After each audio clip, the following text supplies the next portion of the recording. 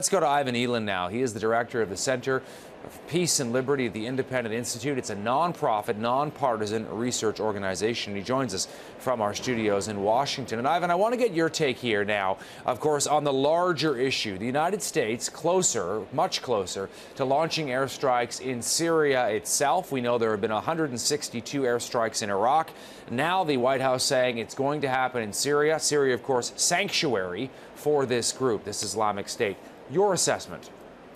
It can hit the Islamic State, but anytime you do airstrikes, you kill innocent civilians, even if you don't mean to, and that can lead to more terrorism because the population gets mad, and more people are motivated to commit terrorism and flock to the ISIS group. So airstrikes without ground forces is very risky, and you can't really win against an insurgency like ISIS without boots on the ground. Now, I'm not advocating American boots on the ground, but I think the regional allies, or even if we can get the Iraqi army and the Free Syrian Army to be reliable ground forces, that's really what you want to use. But I'm very skeptical that you can do that in this case.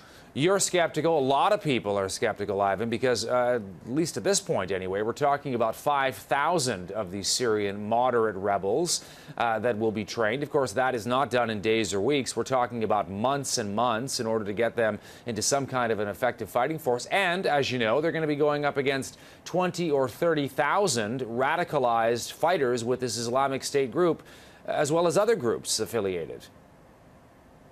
Yes, I think what you probably need to do is have the regional allies like Turkey, Saudi Arabia, Jordan, etc., take a bigger role in training and maybe even using their own forces in this area. Of course, they're not going to do it because they're waiting for the U.S. to do it. And sending U.S. troops in there is probably going to create more terrorists than you're going to kill because, you know, the United States really doesn't know the culture or the language very well, and we haven't had very good luck in Afghanistan or Iraq. And so if you're using your own forces to do counterinsurgency, you actually have a lesser chance of winning than if you're training local forces. The problem is that the local forces are so bad that you know, there's not much of an option there either. But I think the regional forces are probably the next best alternative. Well, I guess just as we finish here, I guess that's the point, right? The idea that if Turkey or the Saudis, et cetera, feel that the United States will always step in and other Western powers to solve their problems in the region,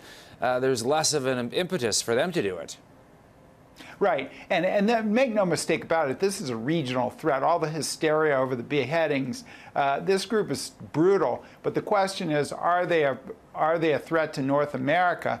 No, not at the current time. Al-Qaeda has networks of operatives and superior bomb-making capability, which ISIS doesn't have. So ISIS's main goal is not to attack the United States, although they've made threatening comments, but their main purpose is to establish an Islamic State, which they have already done in Iraq and Syria. And I think it's time to get our regional allies to pony up some troops and some supplies and some training and be the first line of defense against this group. I think the U.S. can help, but I don't see as U.S.